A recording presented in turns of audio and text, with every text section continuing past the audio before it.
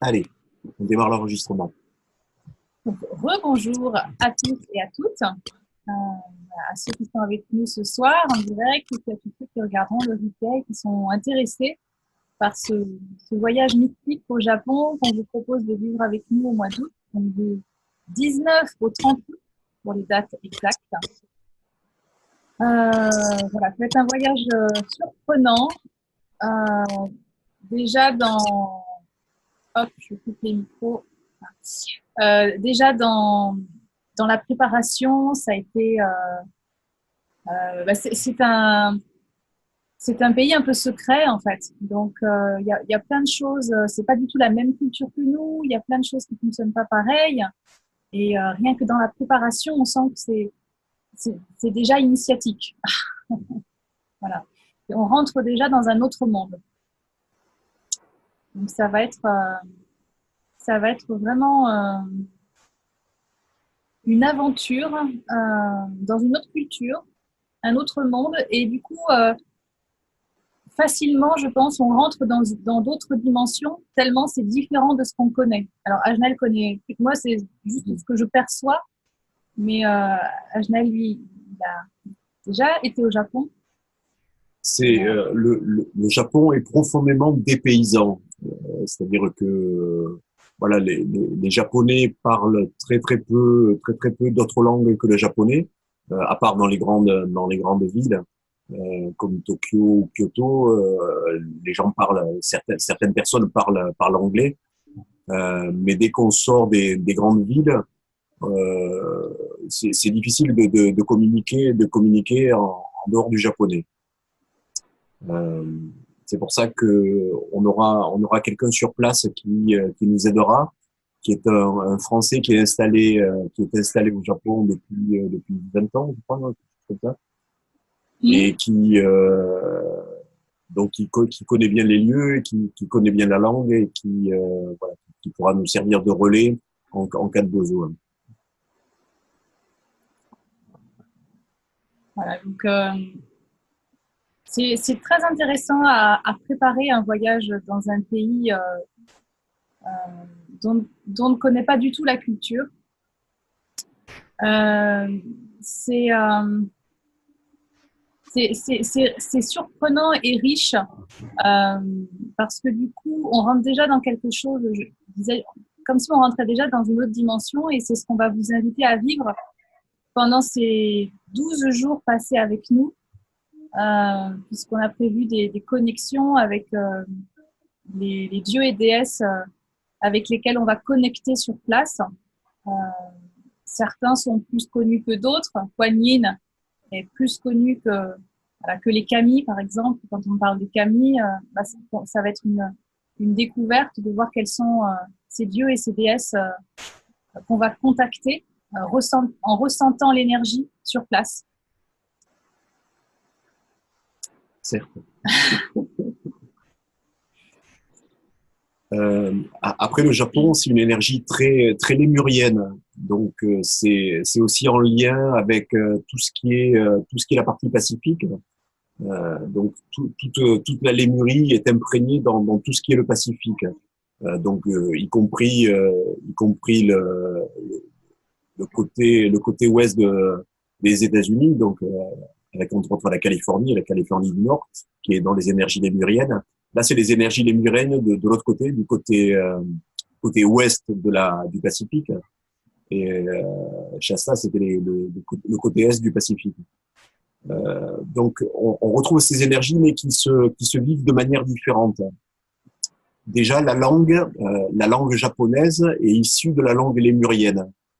C'est pour ça que la vibration et les intonations de ce qu'on peut entendre au Japon nous met directement en connexion avec cette langue originelle, cette langue qui vient du fond des âges et qui nous amène cette vibration très particulière qu'on peut ressentir ne serait-ce qu'en écoutant du japonais, même sans le comprendre. J'ai expérimenté par exemple que dans un endroit où on va aller qui s'appelle Naigu, à côté d'une montagne sacrée, la montagne des dragons, où les dragons sont présents. J'ai communiqué avec une très très vieille dame. Je parlais quelques mots de japonais, mais sans pouvoir avoir une conversation correcte parce que j'avais pas suffisamment de vocabulaire et suffisamment de mots pour pouvoir discuter avec elle. Mais dans la vibration de ce qu'elle émanait, je comprenais ce qu'elle disait. Sans avoir tout le lexique, tout le dictionnaire, je comprenais. Donc on se met en connexion directement avec ces énergies, les énergies du verbe, qui nous permet de communiquer avec les gens, mais voilà, ça se passe sur d'autres plans. Et c'est très, très intéressant. On est obligé de lâcher le mental Oui. et de rentrer dans une autre forme de connexion, une autre forme de reliance.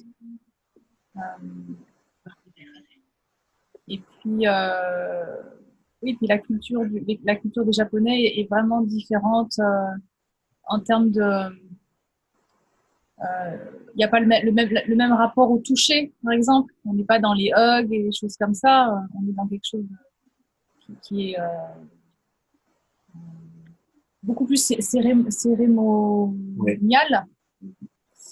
On voit au Japon un très grand respect, un respect de l'autre. Il y a cette notion de respect qui se manifeste par le geste, par le hochement de tête, par les intonations aussi, par un vocabulaire différent en fonction des personnes, qui fait qu'on attache plus d'importance ou une autre importance à une autre personne et qu'on le vocalise de manière différente. Et il y a cette douceur et cette rigueur en même temps. Il y a cette rigueur des rituels, il y a cette douceur de vivre qui se sent, quoi, et qui est très agréable.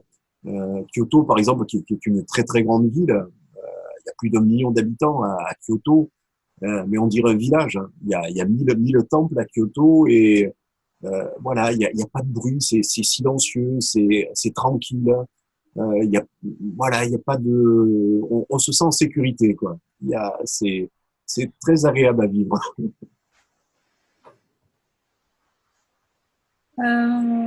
Oui. On va vous montrer Détailler un petit peu. le circuit, le parcours, le voyage qu'on vous propose de vivre. Puis, si vous avez des questions, on y répondra. Vous pouvez poser vos questions en même temps que la présentation. Et comme ça, on reste dans l'interactivité. Donc, on va vous partager notre écran. C'est toi qui fais ça en bas. Comme moi je le fais, c'est moi.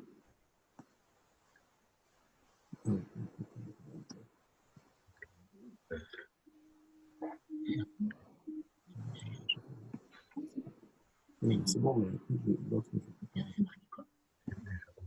Alors, je n'entends toujours rien. Les connexions, ok. Il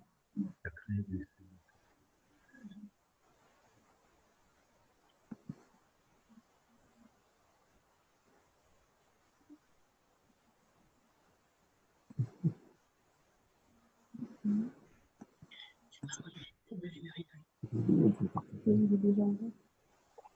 déjà sur le vidéo. Il n'est pas là. Il n'est pas là. Oui. Lui, il est renaissant. Allez. Voilà, donc nous allons voyager avec World Explorateur cette année. Explorateur du Japon.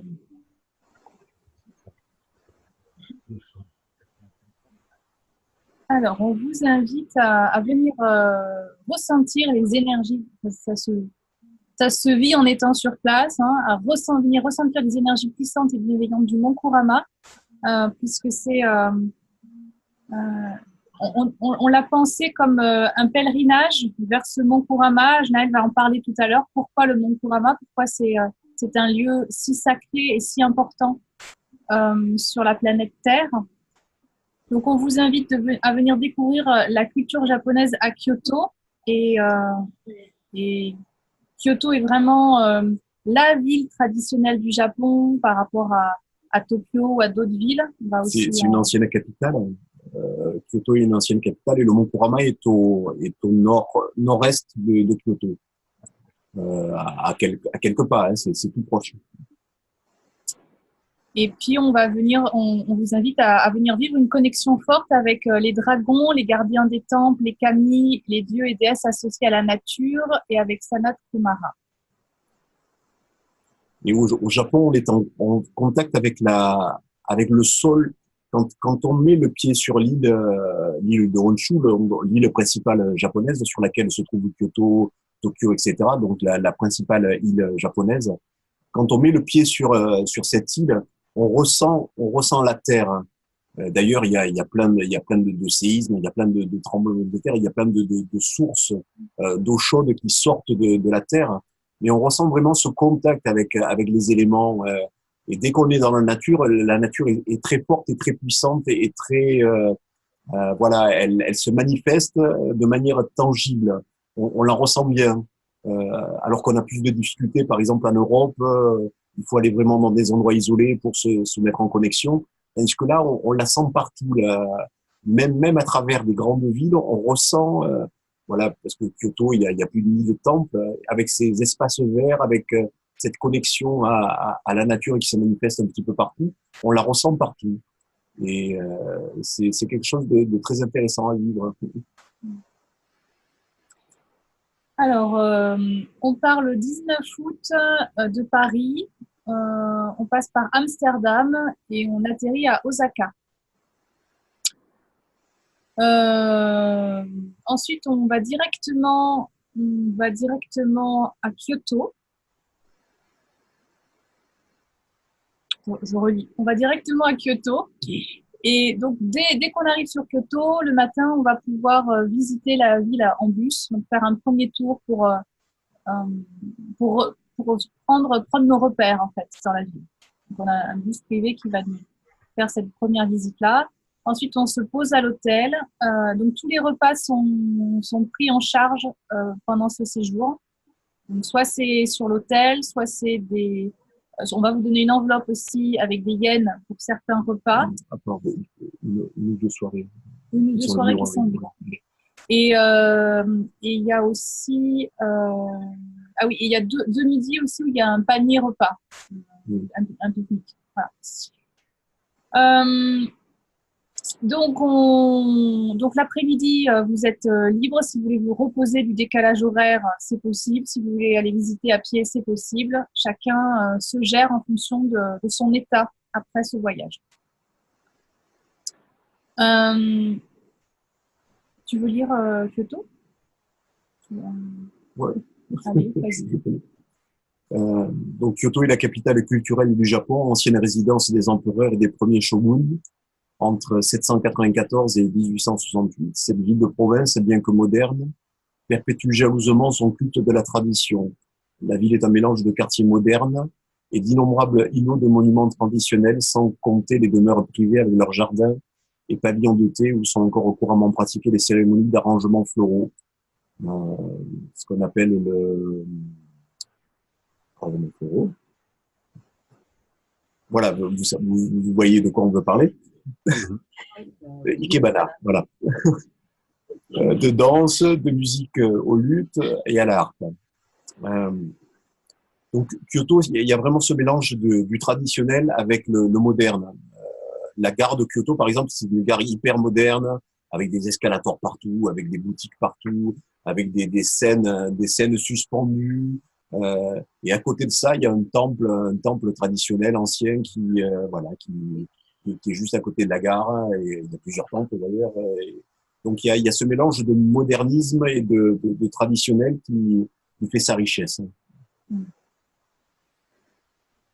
Alors, quelques-uns des endroits sur Kyoto, le marché de Nishiki, Gion, le quartier des geishas, Pontosho et la rivière Kamo.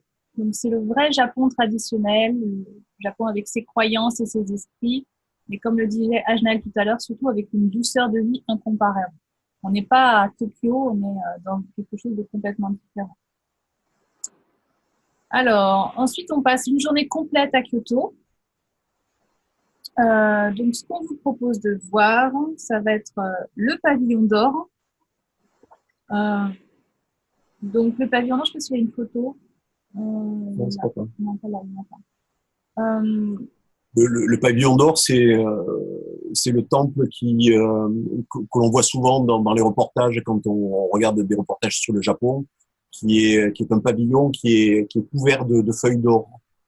En général, cette image, elle est très connue voilà, du pavillon d'or, devant un grand lac. Euh, donc c'est un endroit qui est très très enfin, comme tous les temples au Japon, mais c'est un endroit qui est magique, qui est très très touristique, mais qui est voilà où on rentre directement en contact avec l'aspect mystique du Japon.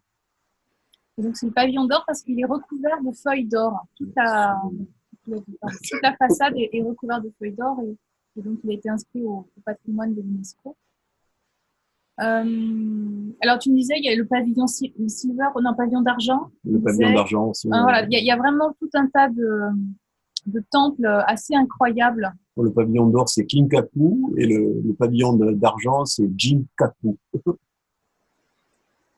Donc, ce pavillon d'or, il reflète aussi la puissance des shoguns Ashikaga au pouvoir de 3 générations et les relations commerciales florissantes avec la puissante Chine voisine. Alors, le temple Kodaji. Donc, après le pavillon d'or, ça sera le temple Kodaiji, voilà, qui est un exemple parfait de petit temple reconnu pour la qualité de ses cérémonies de thé. D'ailleurs, nous assisterons à une cérémonie de thé avant la visite de ce lieu d'exception. Donc voilà, la cérémonie traditionnelle de thé. Ceux qui opèrent dans la cérémonie de thé apprennent toute la gestuelle, tout le rituel qui se fait pendant des années. Je crois que l'apprentissage, c'est 9 ans pour maîtriser complètement la cérémonie de thé. Donc c'est quelque chose de très long et qui est très très ritualisé et qui est très sacré en fait. On voit le sacré dans chaque mouvement, dans chaque geste, il y a du sacré et on capte ça et c'est quelque chose de magique. Et puis enfin sur cette journée, on vous propose d'aller voir le sanctuaire Fushimi Inari. Donc là, c'est la photo avec tous les portiques rouges là, qui sont les uns à la suite des autres. Donc c'est le sanctuaire aux 1000 portiques rouges. C'est le site le plus mythique de la ville. Il y a des millions de touristes qui s'y pressent chaque année. On commence par des endroits où il y a du monde et après on va se reculer dans la nature. On ira là où il y a beaucoup moins de monde. Voilà, donc on va faire un petit tour comme ça de différents endroits sur Kyoto avec différentes ambiances. Donc là on est c'est notre premier contact avec la civilisation japonaise, avec le sacré japonais, la culture japonaise au niveau d'une grande ville. Et après le lendemain, on change, on va vers la montagne, on va vers quelque chose de moins connu des touristes et moins connu de certains Japonais aussi. Donc on se déplace vers le nord-ouest de Kyoto. Alors l'hôtel dans lequel on sera à Fukushiyama. Donc Fukushiyama qui est au nord-ouest de Kyoto. Donc on se rendra, enfin les bagages au Japon on a l'habitude de faire voyager les bagages à part des voyageurs. C'est-à-dire que les trains ne sont pas équipés pour recevoir des bagages. Et les Japonais n'ont pas l'habitude de voyager avec des gros bagages. Donc ils voyagent avec des petits sacs ou avec des trucs, mais tout ce qui est gros est envoyé directement au lieu d'accueil. En fait, tout le monde est VIP. Voilà, nous avons tous des porteurs de bagages qui prennent nos bagages à l'hôtel et les emmènent dans un autre hôtel et font voyager et on s'en occupe pas. C'est quand même vachement chouette. Ouais. Et donc, notre hôtel sera à Fukushiyama, mais nous, on ira directement à la gare d'Oe Yamaguchi, qui est au nord de Fukushiyama. donc qui est encore un peu plus haut dans la montagne. Et on va se rendre sur le temple des dragons, Motoise Naiku Kotai, qui est à quelques minutes de la gare. Donc là, on va rentrer vraiment dans quelque chose de très mystique et très symbolique. La connexion avec les dragons, elle est vraiment sensible et elle est parfois visible. Personnellement, moi, j'ai photographié à Naïgou des dragons. Il y a des dragons qui sont apparus dans des photos que j'avais fait, que j'avais pas vu directement, mais qui sont apparus dans des photos. Donc cette connexion au dragon, elle est très importante. Naïkou aussi, c'est un endroit où on va vivre quelque chose qui s'appelle le pèlerinage des 100 fois. C'est-à-dire que dans le temple, il y a des escaliers qui sont à l'extérieur, hein, qu'on va faire 100 fois. On va monter ces petits escaliers qu'on peut voir en bas là sur la photo du bas, vous voyez. Donc ces escaliers, on va les monter 100 fois. Donc chacun a sa méthode de calcul du nombre de fois. Personnellement, j'avais un petit caillou pour 10 et après j'avais fait des nœuds pour chaque série de 10. Donc chaque fois j'enlevais un caillou quand j'arrivais à une série de 10 et je me faisais des petits nœuds pour après il y en a d'autres qui avaient d'autres méthodes. Ça c'est à chacun de trouver sa méthode pour faire les 100 fois. Donc c'est une marche en conscience et qui dure un certain temps. Hein.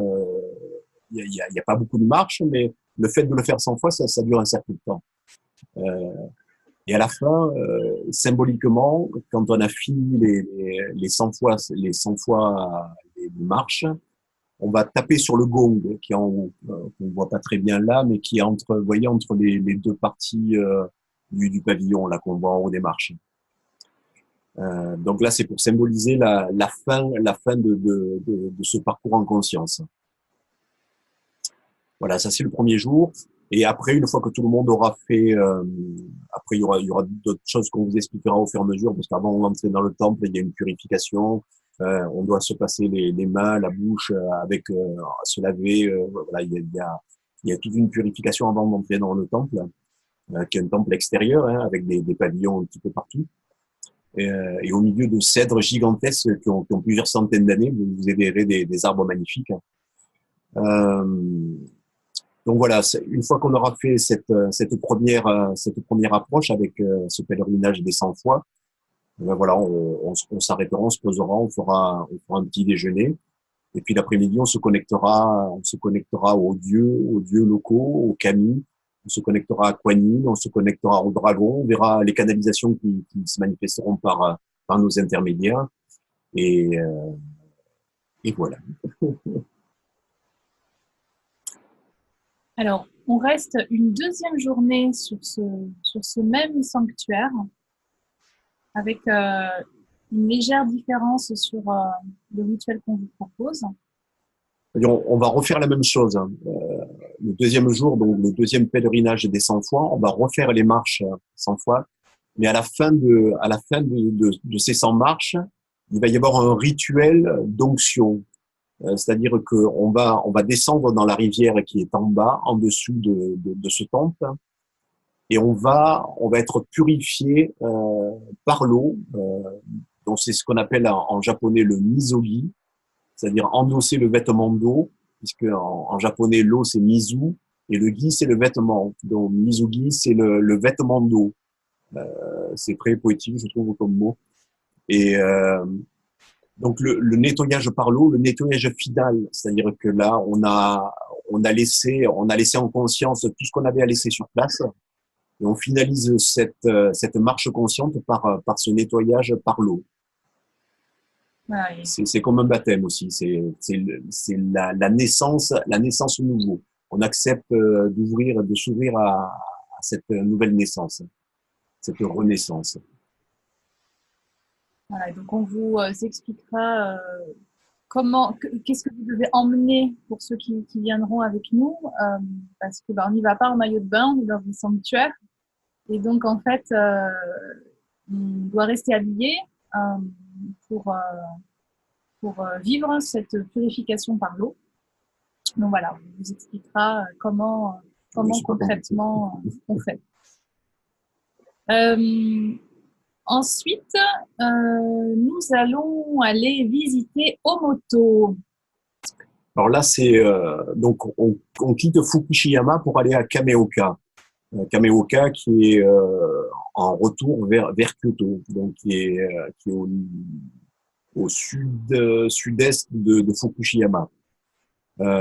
Omoto, c'est quoi? Omoto, c'est ce qu'on appelle au Japon une secte, mais qui n'a pas la connotation sectaire qu'on peut connaître en France. La secte au Japon, c'est un schisme de la religion d'État, de la religion shintoïste. C'est-à-dire, au départ, le japonais est shintoïste de naissance. Donc, le shinto, c'est la religion de naissance. Donc, pour être shintoïste, il faut être japonais. On peut pas être shintoïste si on n'est pas japonais. Omoto, c'est un schisme de cette religion dans le sens où Omoto a axé sa culture sur les arts, sur la poterie, sur la calligraphie, sur le tissage de la soie et sur la connaissance, la connexion avec la nature. Donc c'est un peu différent des rituels shinto, des rituels shintoïstes traditionnels. Mais voilà, il y a cette connexion très très forte avec la nature et avec les arts, y compris avec les arts martiaux, puisque tous les maîtres d'arts martiaux sont passés chez Omoto.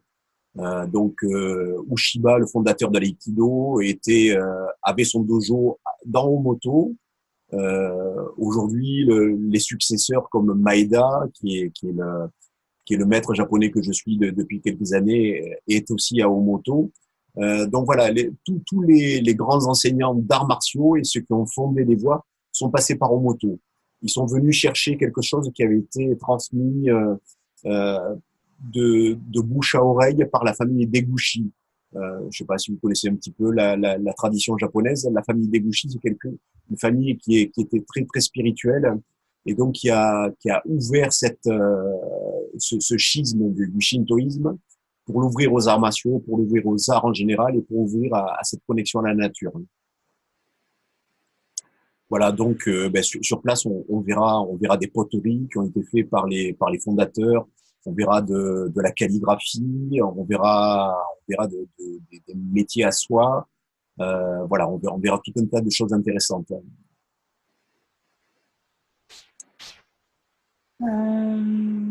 Voilà, donc ça c'est en cours d'organisation, parce qu'on a encore des contacts à prendre sur place. Le soir, je crois qu'on a regardé cet hôtel, il a l'air d'être plutôt sympa, donc ça sera cocooning. Et puis, préparation à monter sur le mont Kurama, le jour 7. On va reprendre la direction de Kyoto. Donc là, on quitte Kameoka pour retourner à Kyoto. Et de Kyoto, on va se rendre à Kurama, donc qui est au nord-est de Kyoto, mais pas très très loin. C'est vraiment un pas de géant. C'est tout à côté. Donc voilà, on sera accueilli par le guide. On va se transférer vers le village de Kurama. On va déposer les bagages à l'hôtel, qui est un ryokan. Donc à l'origine, les ryokan, c'était des auberges qui étaient pour les voyageurs. Maintenant, c'est devenu quelque chose de luxueux, les ryokan au Japon. Donc c'est entre guillemets une élite qui bénéficie de ces endroits-là, puisque c'est des endroits qui ont été remis en valeur et qui sont magnifiques en général, et où il y a une qualité de service qui est incomparable, où il y a une qualité, par exemple, les dîners qu'on peut faire dans les chambres sont magnifiques. Il y a de l'origami sur les tables. Enfin, il y a plein de choses, de petites attentions qui sont sympas, et avec un onsen à côté. Le onsen, c'est les bains chauds. Donc le Japon est une île volcanique, donc il y a des connexions directement avec cette terre, et là on va la ressentir vraiment dans l'eau, et donc il y a la possibilité à côté de l'hôtel de prendre des bains, ce qu'on fera, enfin ceux qui le souhaiteront le feront, mais ça sera compris dans le voyage. Donc les bains sont quelque chose de magique, parce qu'on est dans une eau qui est très très chaude, et puis on a en visu le mont Kurama devant, là. Donc on est en connexion avec le mont Kurama en étant dans l'eau. C'est quelque chose de très magique. Par contre, les hommes et les femmes sont séparés, hein. Les femmes sont dans un bain et les hommes sont dans un autre. Je vois que ça clignote là, si je clique là-dessus, un message. Ouais. Oui. Alors, bon, génial.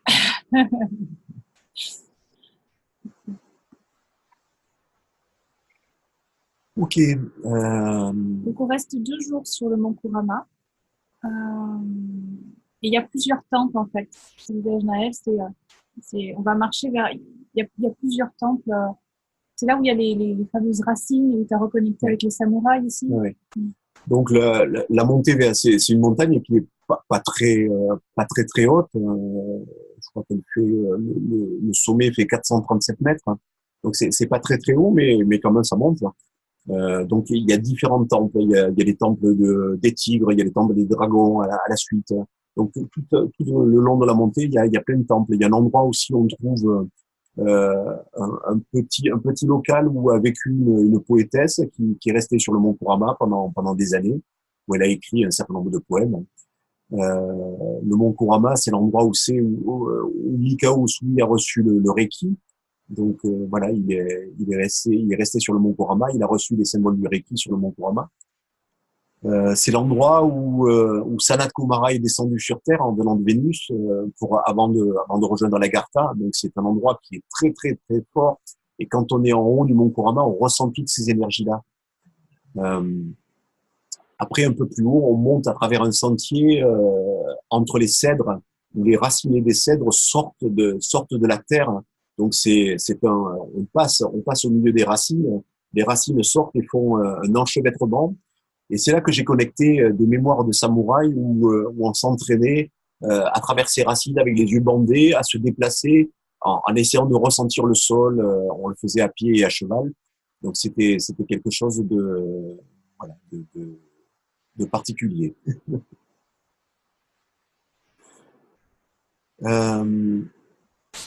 Donc voilà les temples du mont Kurama. Donc on ira jusqu'en haut et puis après on redescendra vers le onsen.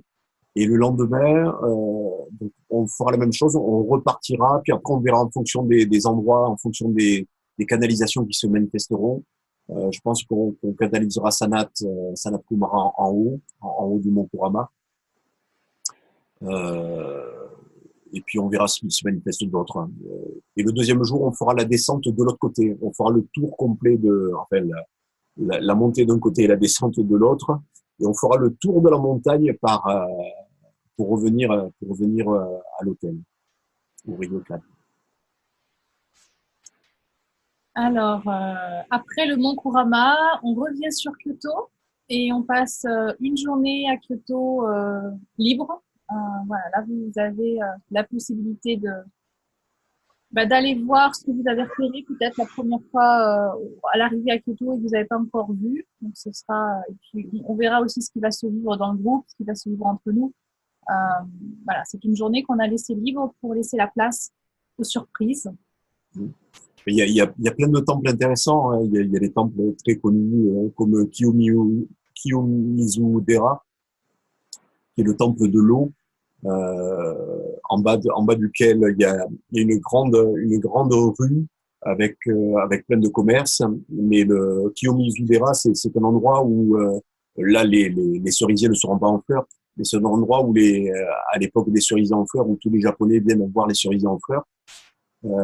C'était un très vieux temple avec plein de pavillons, et c'est un endroit aussi très magique. Et voilà, c'est un des endroits qu'on pourra voir. Autre, il y a des temples zen aussi dans lesquels on voit les moines qui ratissent, vous savez, avec les râteaux qui forment des lignes qui sont refaites tous les jours. Donc il y a plein de possibilités. Il y a possibilité aussi de se rendre à nouveau vers Gion pour voir les geishas et les maiko. Enfin voilà, il y a plein d'autres possibilités. Alors ensuite, on va sur Nara. On va aller voir le temple Todaiji et le Bouddha de la médecine. Alors ça, c'est sur la route de Nara. C'est un temple avec un Bouddha de médecine qui est énorme. Il fait plusieurs mètres de haut.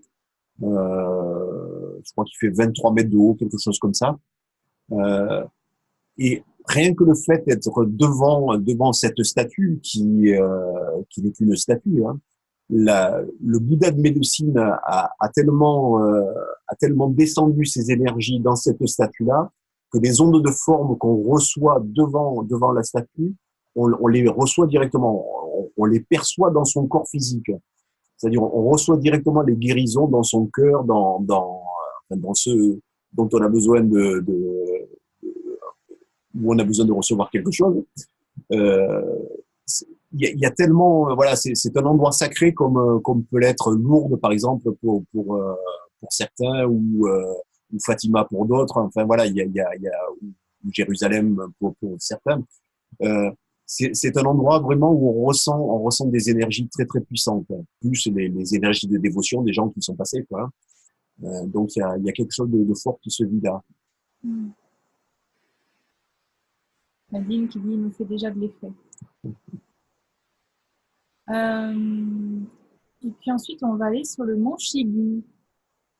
Ouais, alors là, on va être logé dans ce qu'on appelle un temple auberge. C'est un temple qui sert d'auberge pour les gens qui le souhaitent. Donc avec des prestations aussi haut de gamme. Moi, je me rappelle par exemple dans les prestations, on a une chambre qui sert d'appartement aussi. Mais qui est aménagé en chambre par le personnel. Quand on part manger, la chambre, on revient, la chambre est aménagée en chambre. C'est-à-dire que la journée, elle est aménagée en salon, et on part manger, on revient, ça y est, c'est une chambre, hein, et c'est le même endroit. Voilà, il y a des choses comme ça, plus des repas qui sont sympas, là, qui sont faits par les moines, voilà, avec une très belle énergie sur le mont Chili, et c'est magique, c'est un endroit qui est magique aussi, avec on ressent aussi le prince Shotokan qui est sur place, qui était un fils d'empereur, qui a défendu cet endroit, qui était très très connecté aussi.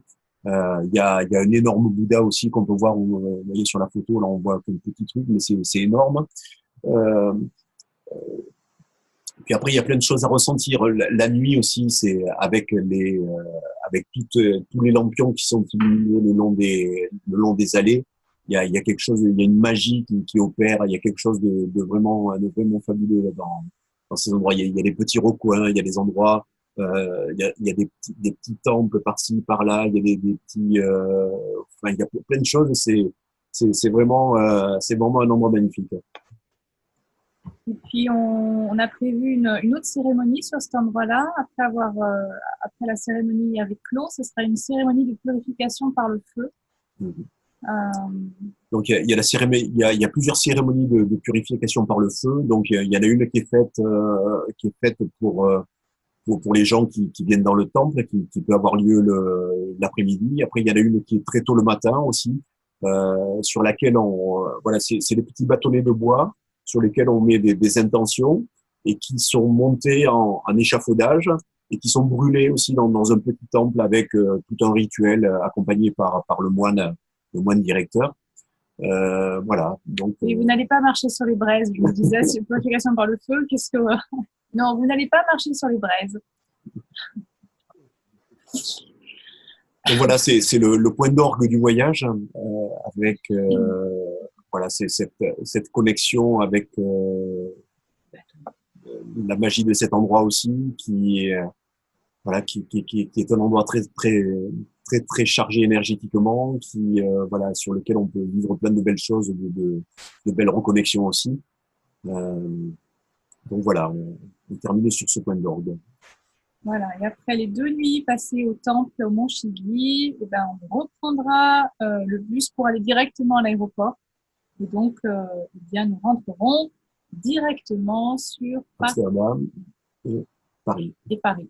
Il est 17h45 à Paris. Voilà, Alors, mais sur le PDF qu'on vous enverra, vous aurez tous les détails des endroits d'hébergement, par exemple, et tout le programme qui sera repris. Voilà, si vous avez des questions maintenant pour affiner, enfin, il y a des choses que vous aimeriez savoir ou connaître, vous pouvez les poser maintenant. est-ce que vous avez des questions par rapport au programme? Il y a Le chat. Ouais, dans le chat. Allô, allô.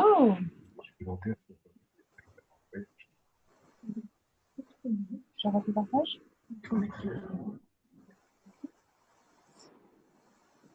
Alors, est-ce que vous avez envie de partager quelque chose sur ce programme? Est-ce que vous avez des questions?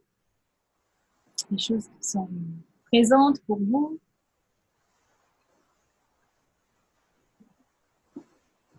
Oui, vous m'entendez? Oui. Oui. Bonjour. Bonjour. Le mari d'Isabelle. Oui. Okay, On oui. s'est déjà vu à Bruxelles. Je me posais une question. Si on souhaite plonger pour découvrir le Japon un peu plus à fond, est-ce que c'est possible au travers de l'agence qui organise ça de soit de partir plus tôt, soit de revenir plus tard? Je pense que c'est possible. Tout est aménageable. Personnellement, moi, j'avais fait un voyage au Japon dans un cadre organisé aussi. Donc, j'étais resté un certain temps et après, j'avais prolongé. Mais là, il y a pas de souci. Si on a envie de prolonger, je pense que ça pose pas de problème. On demandera la confirmation à l'agence, mais je vois pas d'inconvénient pour ça. D'accord. Oui, l'année dernière, quand on a fait un voyage, il y a une des participantes qui est restée 15 jours de plus après le voyage avec nous. Donc, c'est l'agence qui a géré son voyage. D'accord. Et puis, un petit détail, tout ce circuit qui est merveilleux, hein, que vous avez préparé, est-ce qu'on en connaît déjà le coût? Oui, c'est une bonne question. Ouais. Alors, attends, je vais partager.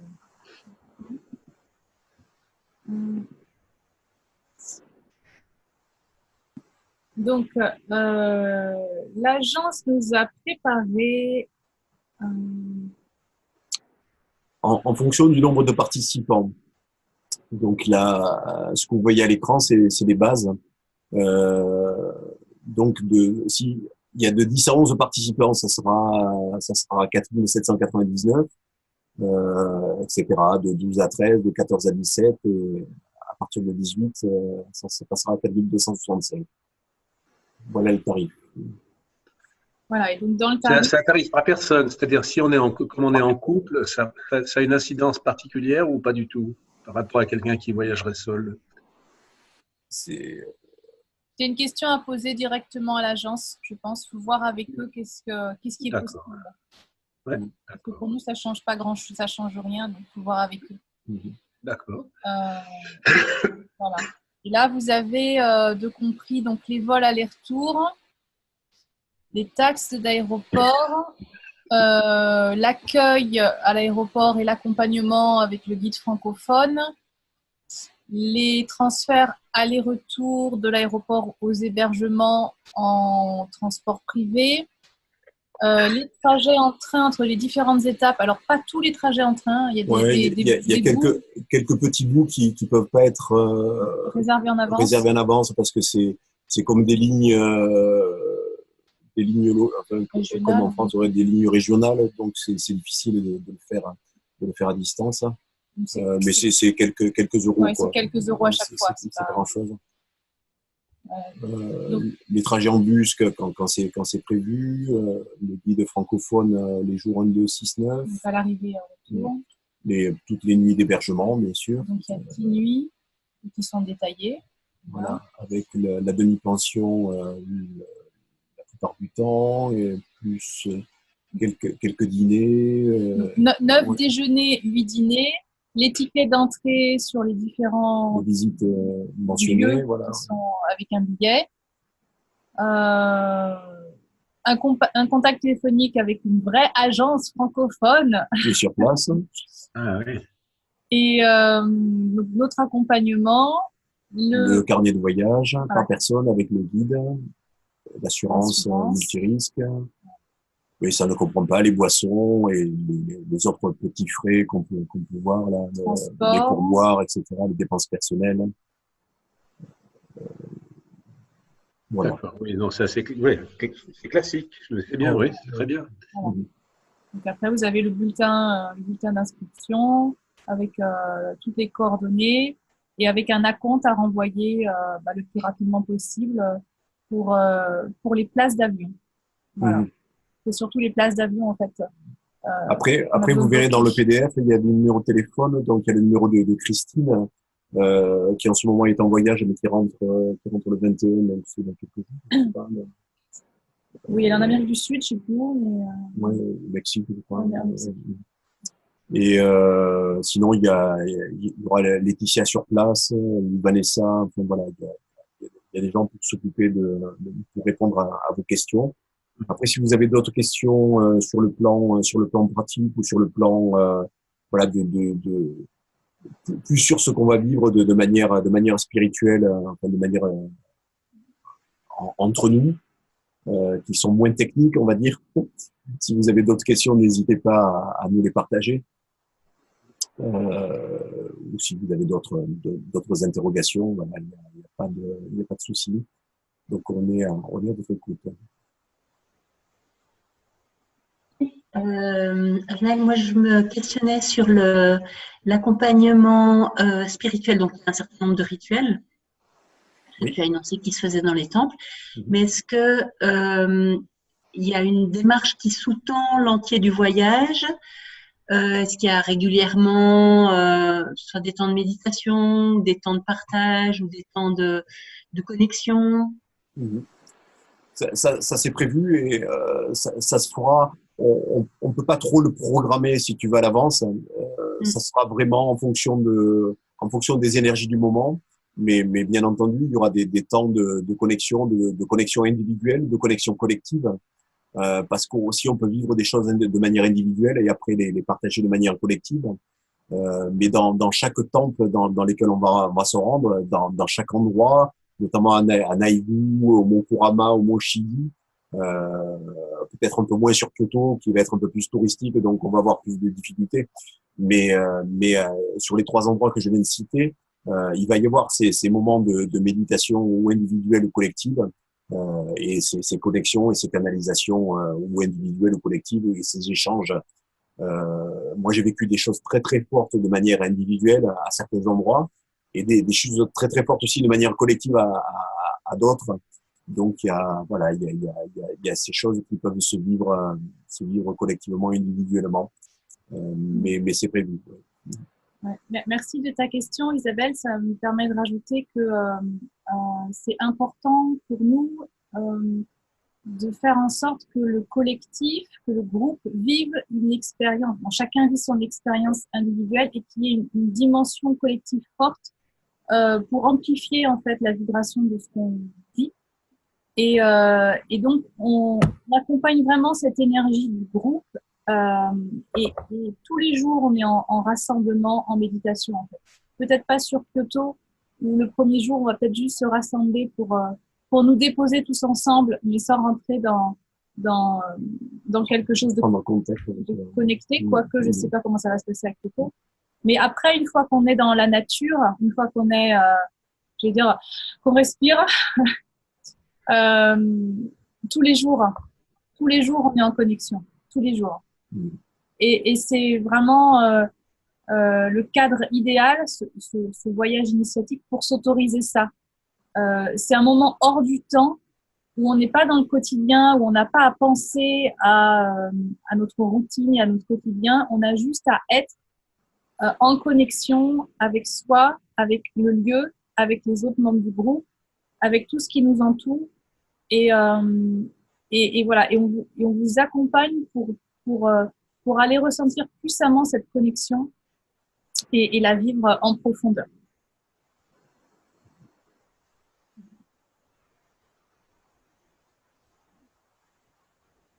Ça va, Isabelle, ça répond à ton interrogation? Oui, oui, oui, tout à fait. Ouais. Peut-être je me demandais juste s'il y avait encore soit une forme de thème, entre guillemets thème, hein, ou une énergie plus spécifique qui va nous accompagner, ou si c'est moins directif que ça, enfin si c'est plus ouvert. L'énergie qui va nous accompagner, c'est l'énergie de paix. Donc c'est vraiment l'endroit, le Japon, ça a vraiment été connoté par une énergie de guerre, une énergie martiale. Mais là, l'énergie qui va nous accompagner avec Sanat Kumara, entre autres, hein, parce que Sanat Kumara va être très présent et Kuan Yin également. Mais c'est vraiment cette énergie de paix qu'on va véhiculer, qui va vivre avec nous, qu'on va accompagner, et qui va nous accompagner aussi tout le long. Ça va être vraiment le fil conducteur. C'est la paix en soi qu'on capte à l'extérieur, qu'on ramène vers l'extérieur. Voilà, ça va être une respiration de la paix en soi et à l'extérieur de soi. Mmh. Mmh. Oui, merci. Et puis après, plus on va rapprocher de la date du voyage, plus on a conscience de certaines informations dont on n'a pas conscience maintenant et qui font que ça se précise de plus en plus en fait. Et c'est fort pour moi, rien qu'en le disant, là, ça me touche parce que je le sens, mais je n'ai pas l'information par le mental aujourd'hui. Juste, je le sais. Voilà. Ça va se préciser, plus on va se rapprocher. Il y a une préparation qui se fait, une préparation énergétique aussi qui se fait au niveau individuel. C'est-à-dire que le temps, voilà, le temps qui nous amène le temps linéaire qui nous amène jusqu'au mois d'août de cet été, va nous permettre une préparation vibratoire dans tous nos corps pour justement accéder à certaines choses sur place. Donc il y a vraiment tout un process qui se met en place au niveau individuel, qui permet d'accompagner sur le plan énergétique ce qui va se passer de fort là-bas, c'est-à-dire préparer nos corps pour recevoir les énergies sur place. C'est magique.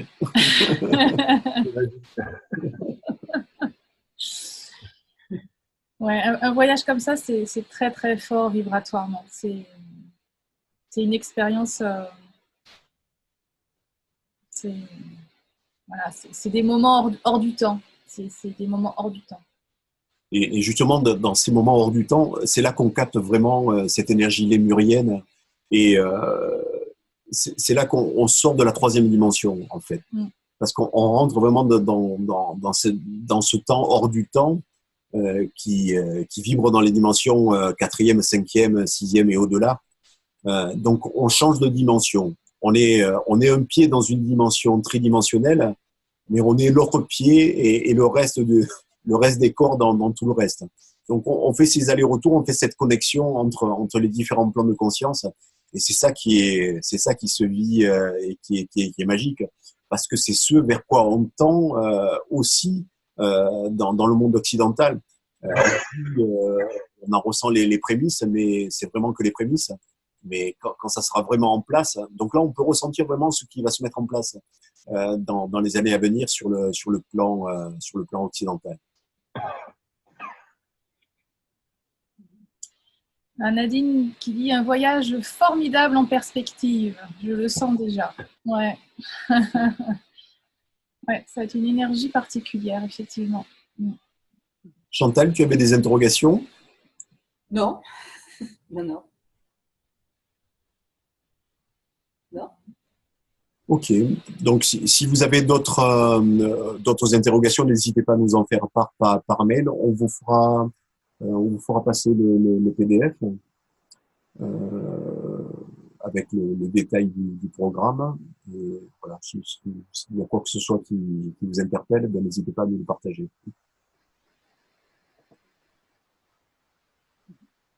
Moi, j'ai juste encore une question pratique. Je ne sais pas si vous allez pouvoir répondre, mais à quelle date le voyage sera confirmé en fonction du nombre de participants? Ou bien est-ce qu'il est déjà confirmé maintenant?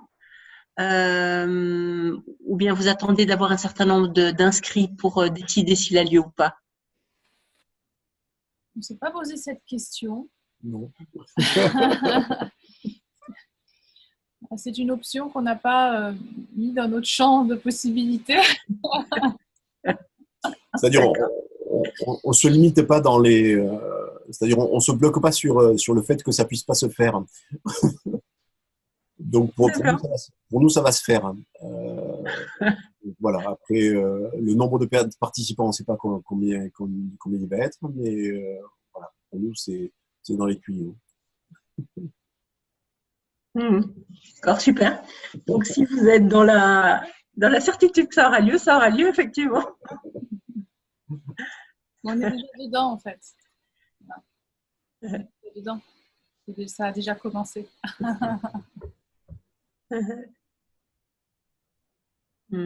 Ok. D'autres questions, d'autres interrogations ou on en reste là pour l'instant? C'est bon pour vous? Ouais. Oui, c'est bon. Okay. Nadine, Chantal. Oui, c'est bon. C'est Catherine. Si c'est bon pour vous, pour l'instant, c'est OK. OK. Magnifique. Eh ben, on va couper l'enregistrement, déjà, peut-être. Ouais. Voilà.